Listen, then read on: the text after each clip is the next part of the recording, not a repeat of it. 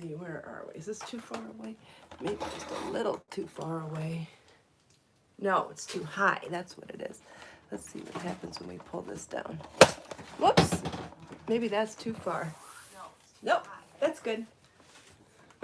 Turn the volume off here.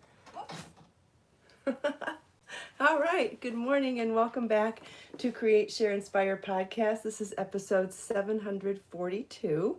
Oh my gosh, we're almost halfway through the 700s. That is nuts. Oh, I better move my water. Look at the size of this thing. My friend gave it to me for my birthday last week, and it encourages you to drink a gallon of water by giving you time stamps throughout the day. So you're supposed to be here by 8 and blah, blah, blah, all the way down to 8 p.m. And so far since I started it, I have actually been successful at finishing the whole thing every day. What's creepy though is I was telling someone about it yesterday when my phone was off. I was showing somebody here at the house, and as soon as I went and turned my phone on, I had ads for that type of water jug. I can't explain that for the life of me. Okay, I got to turn this one off. It glares my glasses too much. Anyway, if you're joining me live, please say hello. Let's see who's here. Hi, Thea and Judy. Hi, Melissa. Hi, Val. Good morning, Grace and Trisha, Lisa. Hi, Thea, Joe, Christine, Judy, Rita, Marcia. Good morning, everybody, and welcome back to Create, Share, Inspire podcast. Hi, Nadine and Lorraine. This is episode 742, and we are live in Southwest Florida in my studio. I have a few things that I wanted to show you in here this morning. Really, I had a trip down memory lane in here yesterday, and I thought you might enjoy seeing it. Hi, Brenda. I had a couple trips down memory lane in here yesterday. Actually, I'm going to grab another one for you. Hi, Karen. Hi, Brenda. Happy Friday, everybody. Hopefully you've had a good week and you have crafting plans or relaxing plans or fun plans for the weekend. Whatever you have planned, I hope you enjoy it. My goal is to spend a little extra time playing my piano this weekend. Hi, Rita. Hi, Lily. Seems like all I ever get is like, I don't know, 10 or 20 minutes at a time, and it would really be nice if I could spend a chunk of time there. Also, I haven't played guitar in a really long time, where I feel like I've almost lost everything that I knew, except for, knowing the chords in my head. I feel like my hands have lost their muscle memory for guitar completely, so it'd be really nice if I could see if I could bring that back too. Hi, Irene. Good morning. First song I ever learned on guitar was Redemption Song by Bob Marley, and I love learning like the picking section for the intro, and I would love to be able to do that again. Anyway, oh, we have someone from Norway. Cool. Yes, Lily, playing piano is very relaxing to me. It wipes my mind from everything else going on. I feel like having to work on a melody with my right hand and a harmony with my left hand, or doing two separate things with both hands and reading the sheet music. I feel like it takes a big enough chunk of my brain cells that I can't think about anything else when I do it. So it's like a mental vacation for a few minutes. Hi, Pat. Good morning. And because it's hard to learn a new song, I feel, and it takes so many times practicing something to get good at it, I feel like it's a wonderful accomplishment to learn a new song. What you couldn't learn, I guess the last song. Last song I did was Just Once by James Ingram. Beautiful love song. Hi, Geraldine. Good morning. Hi, Carrie from Australia. Still awake at 1 a.m. Oh, goodness. Hi, Cherie. Hi, Sharon. Sharon's granddaughter got engaged yesterday. Congratulations. Good. Hi, Linda. Hi, Carrie from Belgium. Good morning.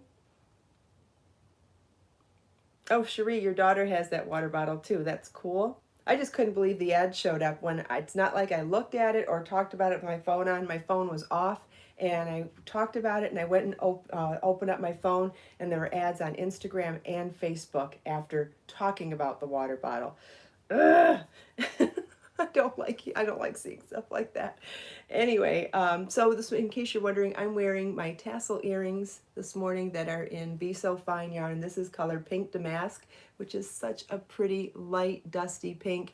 It only my Giada shawl this morning. This was a one ball shawl made in Be So Fine bling yarn, and I thought it might be fun to show a couple ways to wear this as well, since shawls, it doesn't seem like you can wear them a lot of ways, especially one that's this small, but you actually can. And I also wanted to point out that the edging on this one is the one that I think I'm mostly inspired to put on that tank top dress that we've been talking about. So I literally have it hanging in my studio as a daily reminder, not a shaming, more of a reminder, but I know sometimes I go both ways.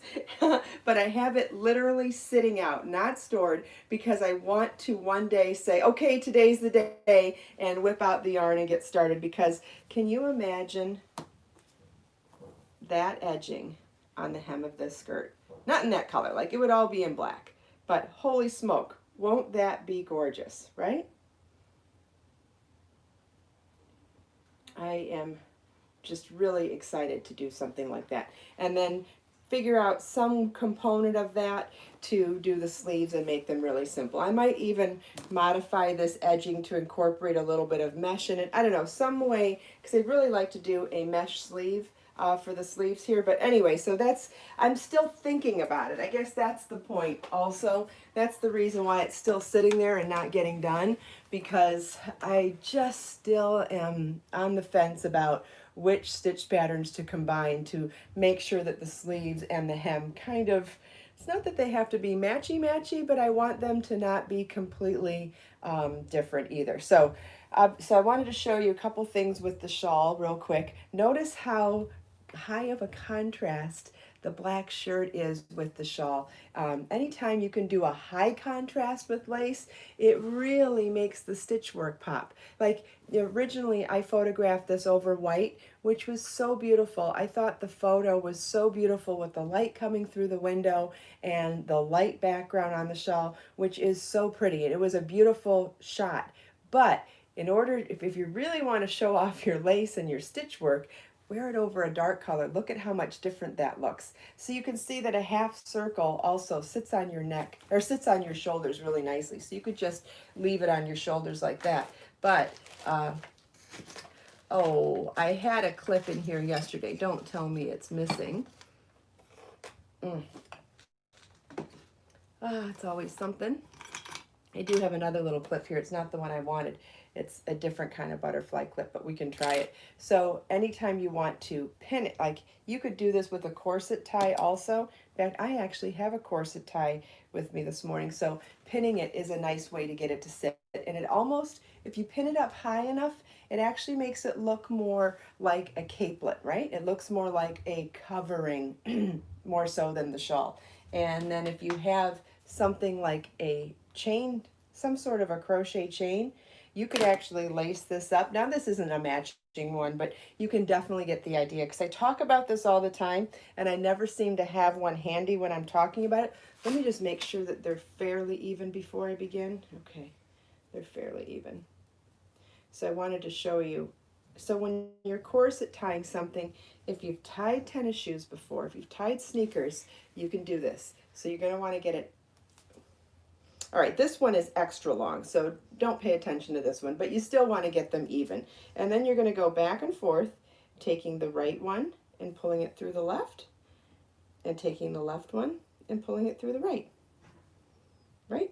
Doesn't that remind you of tying sneakers or lacing sneakers? So then we'll take the right one and go through the left, and we'll take the left one and go through the right. And you can leave it loose like this where you see the lacings. I think that that's really pretty, but you could also tighten all of this up so that you don't see the lacing as much. And I always seem to call this corset tying when I do the pattern descriptions when I use this, but it's also very much like lacing up sneakers. All right, I'm not really paying close attention, so you might see that I may not have done all of those evenly. If you're doing it off camera, obviously you would have more time and patience to get it even.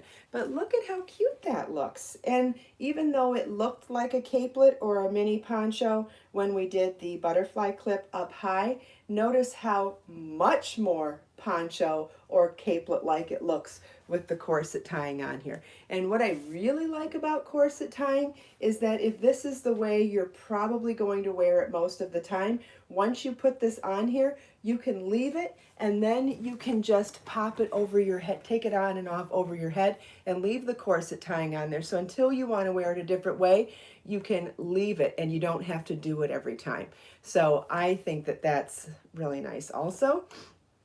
But I did want to show you a couple other ways, but I don't know, it's so cute. I kind of want to keep it on now. Does anybody have any questions about what I mentioned so far? So you could do this as just a simple crochet chain. You could do these ties as a crochet chain that you then slip stitch across all of them, like do a long chain and then slip stitch in each chain across before fastening off. That gives you a more fortified cord than just a chain on its own. This one happens to be kind of like a foundation oval, so it's like a chain 4 treble crochet in the 4th chain from your hook, then slip stitch into the middle of them. Let's see if I can get closer to show you this. Then slip stitch into the middle of them and chain 4 and treble crochet into that space of the foundation oval. Then you keep doing that, and as you work those stitches in the center of the previous oval, you get this really cool kind of oval look. But the key is working them into, once you do the first oval, the key is working that treble crochet into the previous oval and not into the 4th chain from the hook anymore. So it is a slight variation from a foundation oval, or making a strip of foundation ovals, but it's with the intention of keeping it as a cord or a belt or what have you. See if anybody has any questions about that either.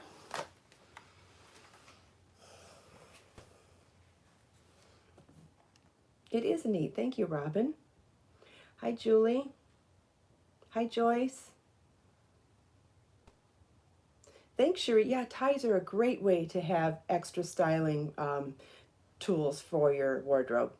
And that's the case with store-bought stuff as well, but definitely the case with handmade things, because we have so much more control over how we can style things. Oh, you're welcome, Tracy. I'm glad.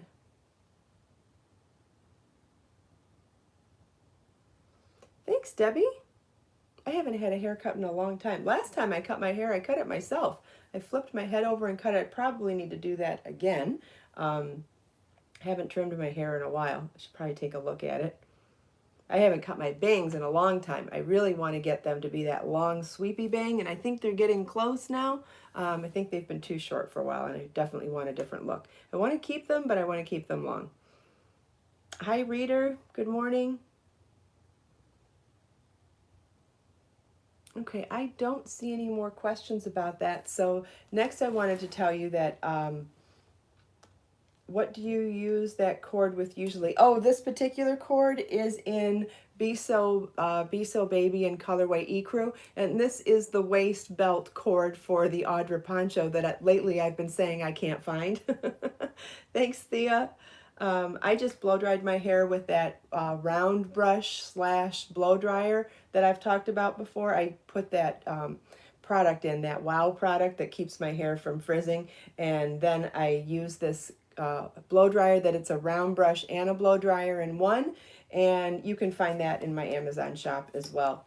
But yeah, today's the day I washed my hair, so I've been trying to train my hair to not needing washing every day. So I'm up to like 3 or 4 days, and I got to tell you, I do not like my hair on the 3rd and 4th day. So like day 1, I blow dry my hair. Day 2, I usually wear braids. Day 3, maybe a top bun. And then day 4, I'm kind of like, I don't know what to do. And then we're back to day 1. So apparently as I train my hair, it will get better, and I'll get used to the different textures. But with somebody that has such silky fine hair, it's really difficult for me. Yeah, I've been using dry shampoo. That's how I've been able to do it, Tracy. I use a lot of dry shampoo on those days. But I'm still getting used to the texture and figuring out how to style hair that's normally super fine and silky, trying to figure out how to style that type of a hair when it's got texture and it's different. So it's a learning process, but braids is my favorite thing to do because my braids look better when they have some texture to them. It helps them, I don't know, the texture helps somehow. But anyway, the reason why I found this cord yesterday and found a bunch of other things was because I reorganized this room to try to get some boxes off the floor. So as I've been compiling the components for making the Be So Helpful bags, today I plan on taking a bunch of these to my local shelter, one of my local shelters. And so as I've been compiling these, I've had a lot of boxes of extra materials that I've had nowhere to put, and so they've been piled on the floor. So yesterday I swapped out bookshelves in 2 different rooms, got some more shelving units to get everything up off the floor, and I gotta tell you, I feel like a new woman with stuff off the floor, especially as an artist. I find that I am so much more creative when I feel organized. There's something about the chaos. The chaos is part of the process of being creative and getting things done, but it isn't until you reel it all back in that your mind can be fresh for being creative again. And I'm on the precipice of designing the next set of yarn quote bags. Well, the next set of project bags.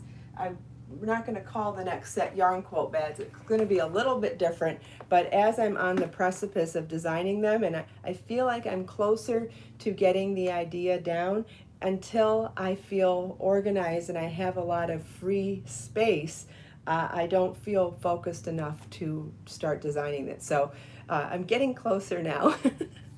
And as I was doing all that yesterday, I found a lot of things that I didn't know, or it's not that I didn't know I hadn't thought about them in a long time. And the first one I thought I'd show you this morning is my original scrapbook from when I first started designing. These are some of my first knit and crochet designs that were published in different magazines.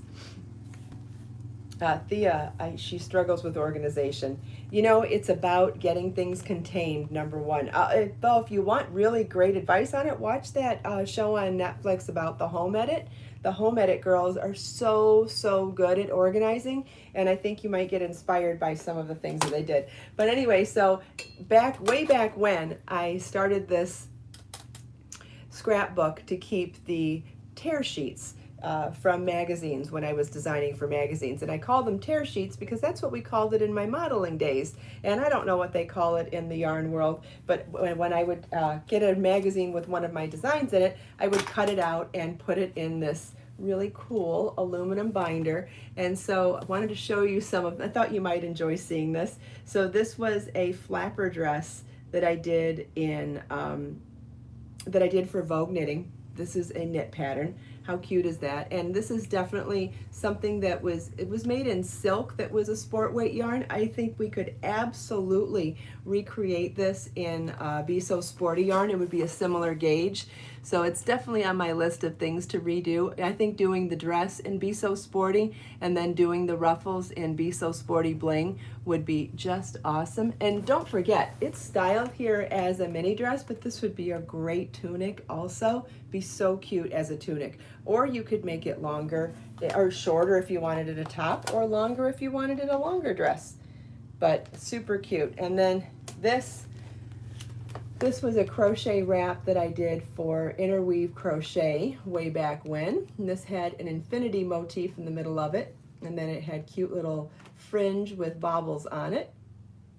That was in a worsted weight yarn. Then this knit shawl here I did for Vogue Knitting. Then, this was a sweater I did for Interweave Crochet. Can't remember if that was on the cover or not, maybe not. This was a knit shawl that I did for a magazine that's out of publication. I can't even remember the name of it. Oh, that's so sad. Let's see if it's written on here. It's not written on there. That was in a yarn that would be the same gauge as Be So Fine yarn. So that's something that could be redone in Be So Fine yarn too. It was done in 2 colors. Hopefully you can see. that.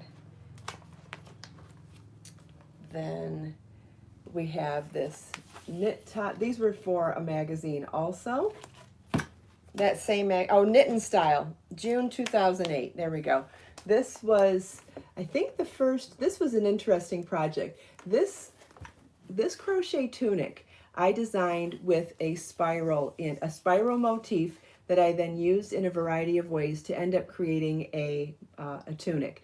I designed this for a magazine, or no, for a book, for Crochet Me. Way back then, let's see, does it have a year on here? This must have been around 2008, because when I first started designing for Interweave Crochet magazine, I was also introduced to the Crochet Me website run by Kim Worker, who then started working for Interweave Crochet and did a Crochet Me book. And that Crochet Me book had various artists in it, which I wanted to talk about that a little bit today, because not only have I published 19 books and working on my 20th book where I am the sole author, I have also contributed work to various artist books so many times over the year. I have a whole shelf behind the camera here. There must be, oh my gosh, there must be 30 books on that shelf where I've contributed at least one design or one something or my yarn or something to those books. So in addition to my own books, I have a huge shelf, and maybe we'll go through those one day too. But this was my first project that ever showed up in a book, and it was a book called Crochet Me that was derived from that website. And it was after meeting the book publishers from working on that book that I was invited to write my own book. So from there, I was asked to write my first book, and that happened to be Wrapped in Crochet, which was also published in 2008. Here's another cute project. This is from Crochet Today magazine. What year was this? Also 2008. Looks like I gave up after 2008 on this. I wish I would have kept through with this. It would have been great. So this scarf has paillettes on it. Can you see that? How fun is that, right? It's a simple scarf, but instead of adding beads on the edge, I added paillettes. Which the great thing, if you ever consider using paillettes instead of beads on the edge of something, they have such large holes that you don't have to string them on your yarn first. They are a great candidate for the beading technique where you slide it onto your yarn as you're going, which is super cool. This was a fun project. This was a pretty simple sweater design, but then I made circular motifs in lace and set them in as set-in sleeves for these sleeves. Isn't that cool? That magazine is out of print too, because I never did get the pattern back from that one. What magazine is it? It doesn't say. Bummer. This was the same magazine. This is an infinity motif in a little wrap with two colors. Yeah, that was the same magazine, actually. They were done at the same time. Here is another shawl that was in a magazine. I'm pretty sure this magazine is out of print also. Let's see if it says the name on there. Yeah, Cast On magazine. I don't know, maybe that one's still in print. I'm not sure. This was also Cast On magazine. That's a pretty top done in brioche stitch, and I did a very cool scalloped edge along the top. I don't know if you can see the scallop edge. It's very, very pretty. I came up with that for that project, and I've used it since. I used that on a beautiful shawl in, which book was it? I used it on a shawl in one of my knitting books. I want to say it was Knitting Rhapsody. Here's another magazine project. This was a knit sweater done. I think it was a DK weight yarn. So you could possibly do something like that in Be So Baby yarn. And I want you to see the textured stitch pattern on the cuff. Isn't that cool? And this one had a hood too. The hood was very, you can see the detail of that stitch here. And then these patterns I did for a yarn company called Tilly Thomas, and they're out of business now, but they used to do silk yarns and then beaded and sequin silk yarns, and I feel like the things that I designed for them would be great candidates for redoing and Be So Sporty yarn and Be So Fine yarn, because they're similar weights. And this top is definitely high on my list for redoing in Be So Sporty yarn. Isn't that gorgeous? So I made knit flowers to go across the edge of that knit top. So, so pretty. And I might redo it. I might modify it because it was meant to be a sexy low back top, but we could definitely do it, you know, with a higher neckline, or maybe do an insert in there so that it's a little more modest, or maybe make options so that you could make it that sexy and or make it less sexy. But I love the contrast of the flowers along the edge there. So cool. And that would be a great candidate for doing something similar with knitting and crochet too. Here's some more pieces. This is from a magazine that's out of print, I think. This is from Interweave Crochet. Now that was cool too. This was a circular motif for the circles, and then I did a crochet chain for the edging on each of them, and then did finger crochet. And this is long before finger or hand knitting and crochet ever came out. They came out a couple years ago. This was in 2008 that I did this. So I did these long crochet chains on the outside of each of these motifs, and then would hook one finger through the loop and then through the loop of the next motif, and then go back and forth, kind of like when you're joining hairpin lace loops. Just goes to show you how terrible I am at marketing. I did that years before it became popular. Too bad I didn't. Too bad I wasn't the one that brought it popular. Anyway, very fun technique, and that would be fun to bring back in Be So Baby yarn too, especially since it's got all, you could do it in so many fun colors, and it's a good weight for that. This was the first knitting project that I did for a book, and this was, so I showed you the first crochet project I did for a book with Crochet Me book, which ended up being my doorway into becoming a book author in the first place. This one I did for a yarn company that published their own book, and it was called the One Skein Project Book, and I did the big showstopper piece for the book, which was awesome and very flattering because they happened to have a 1,200 yard ball of yarn. And so this 1,200 yard ball of yarn I turned into this magnificent shawl. Notice I took the photo in snow. That's when I lived in Michigan before I even moved to Florida. That's how old that one is. Oh, this is fun too. I think, so when I first started designing, I sent out a proposal for one knit project and one crochet project. I sent out a knit pattern proposal to Knit Picks, and I sent out a crochet pattern proposal to Plymouth Yarn. And this was my very first published pattern, very first. And it was this crochet cardigan or bolero that I did for Plymouth Yarn. Oh, hopefully I have the first knit one in here too. That would be exciting. Oh, I don't. Oh. This is my first published article in Interweave Crochet or Interweave Crochet. Fall 2007 was my first published article. Cool. Maybe one day we'll read it here. That would be fun. So anyway, there's my little walk down memory lane. So one other thing that I found during all that I wanted to show you, and since I mentioned modeling, what the heck, I'll show you. I also found my very first modeling pictures yesterday, and I'm not going to tell you how old I am in these at first. I'm going to make you guess. Anyone want to guess how old I am in this photo? First of all, I can't get over the lighting. I absolutely adore the lighting in these. Okay, I'm getting guesses at 14. Nope.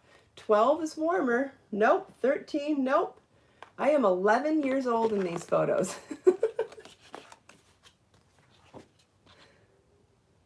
That dress was so pretty. This was like a dusty mauve pink, and it was satin for the top and lace for the tiers. And I had matching mauve shoes, obviously. It was the 1980s. Mauve was a big color back then. And I remember they said, for this photo, they said, make a sexy face. And I said, I don't know what that means. What's a sexy face? So you can definitely see my age better when I smiled.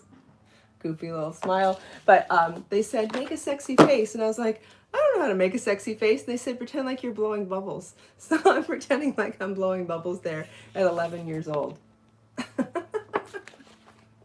Anyway, you know, these are so big. They're 11 by 14. They're very difficult to store. So anyway, I found them in a stack of books yesterday as I was organizing my bookshelves, or reorganizing them as I switched out bookshelves. That's a big job, by the way, switching out bookshelves, because you got to take everything off of both, move them, then put everything back on. But I'll tell you what, it was very fun putting them back on, because especially since I've been watching the Home Edit on TV and watching how they reorganize things, I organize bookshelves by color, starting with white, then going through the rainbow spectrum, then ending with dark. And it was pretty satisfying.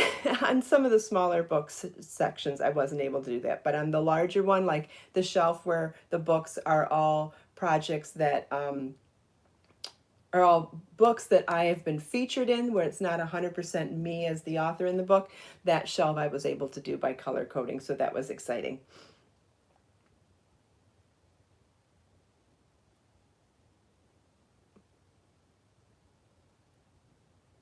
Any suggestions to add a hood to the Brandy cardigan? Well, off the top of my head, taking any of my other hoods and making them and attaching them would be fine. So like, what's the hood in?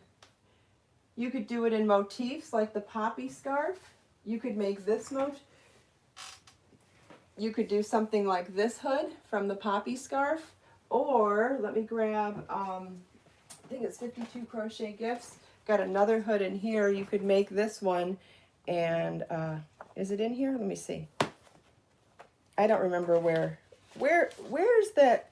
There was a hooded scarf recently in a book. Can anybody remember?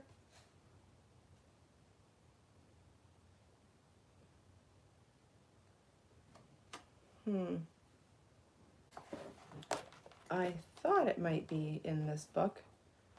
Am I right or wrong that it's in 52 Crochet Gifts? Someone's bound to remember. I think it's in this book. I can't remember where Yeah, the Sarah scarf. Here you go. This scarf. I think that you could make this scarf and attach it. Now, depending on the construction, it might be easier to make the scarf separate and then just sew the seam of the scarf to the jacket. You could do that. Or if you wanted something a little different, you could do the motif scarf like on the poppy scarf. But I mean, there's lots of different ways to make hoods, but those are two that I can think of off the top of my head. Thanks, Judy. Judy just shared the link to the Sarah hooded scarf from this book in case you would like that pattern separate from the book.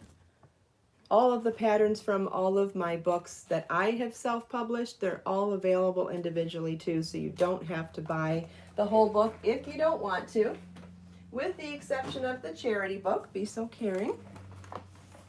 All right, does anybody have any other questions? I hope you enjoyed taking a walk down memory lane with me today. I think it's kind of fun to do stuff like that sometimes.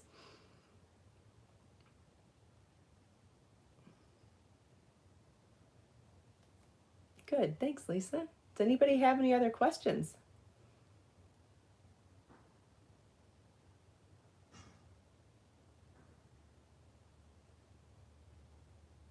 Good, I'm glad it was fun. I don't know, it's stuff that it's really interesting when you can go back and see how far you've come, how much you've changed, how much you haven't changed, and really understanding we talk about every once in a while that, oh yeah, I have 800 published patterns on Ravelry, which isn't even, whatever it says over on Ravelry, it's not even accurate because I haven't even been updating anymore. But it's an incredible body of work, and it's 800 is a number, right? Okay, it's a number. There's your body of work. There's your label. It's your number. But to go back and see stuff like this and see the beginning, or see how big the body of work is when you look on. I don't even have every magazine on this shelf that I ever was featured in, which is such a shame. I was not good at hanging on to magazines over the years, so I've missed a lot of, I have not kept everything, and even still, I've got a decent amount of things to see, so it's, I don't know, it is what it is. Someone's asking about a pattern. The shawl that I'm wearing is called the Giada shawl, and there is a link here in the live chat. We'll probably have a link in the video description later too if you want to hop over to my website. It's definitely in the pattern or crochet pattern shop. Karen made the mermaid blanket. Yes, that mermaid blanket was on the cover of Interweave Crochet one summer. That was awesome. I actually got that. I got the blanket back, and I have it draped over my own couch. Judy's posting a link to the Giada shawl again, so if the person that was interested, Salsa, the Giada shawl crochet pattern link is right now in the live chat. So you can click on that right now. Great. Well, thank you all so much for taking time out of your busy day to spend a few minutes here with me. I hope you enjoyed all the show and tells, the quick little demo on corset tying, which can really transform any draped piece into a more fitted looking garment. It's really remarkable how much you can do if you make one of these simple little things. I hope you enjoyed the little walk down memory lane and all the fun things that we talked about. Thanks so much. I appreciate it. Let us make time to create, share, and inspire today and every day. Have a wonderful day, everybody, and a great weekend. And I'll see you Monday, same time, same place. Bye-bye.